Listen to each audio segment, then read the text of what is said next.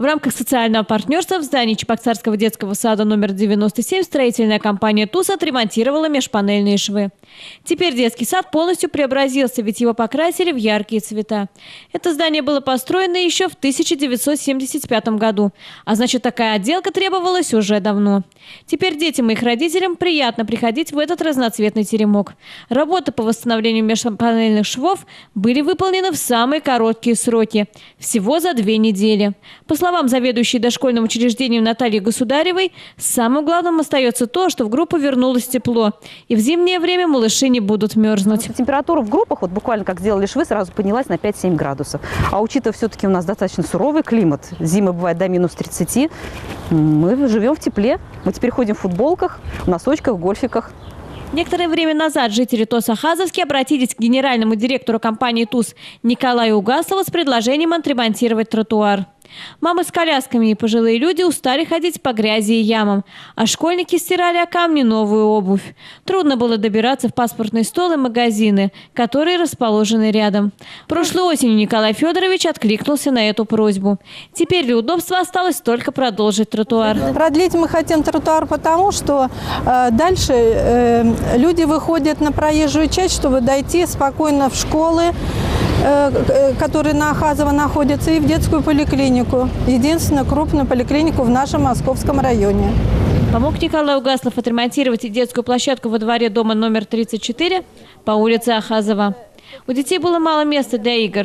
Кроме того, родители волновались за безопасность своих чад. Мы обратились к Николаю Федоровичу с вопросом, чтобы нас обезопасить наших детей и попросить оградить нашу детскую площадку.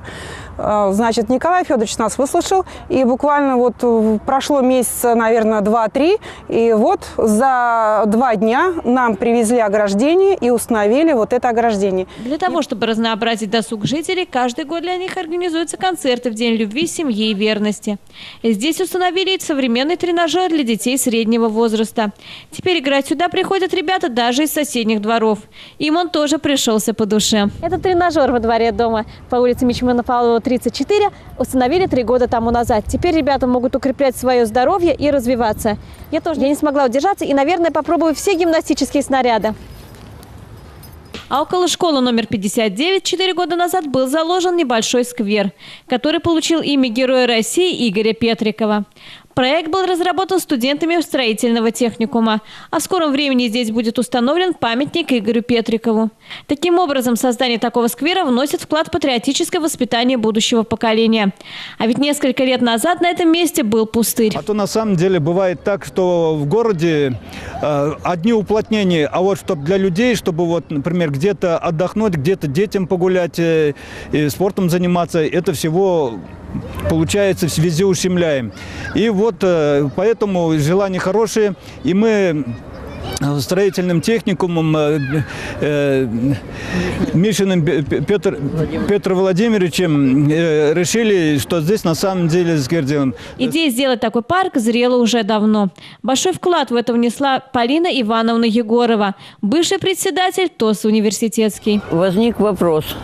Построили вот этот 10-й дом. И возник вопрос, а где же все-таки людям отдыхать? Негде. Ну и вот мы на совете ТОС поговорили, а давайте узнаем, что это за земля и кому она принадлежит. Принадлежала она тогда каким-то товарищам из Дагестана. Здесь хотели строить 2 винных заведения, 2 дегустационных зала вин.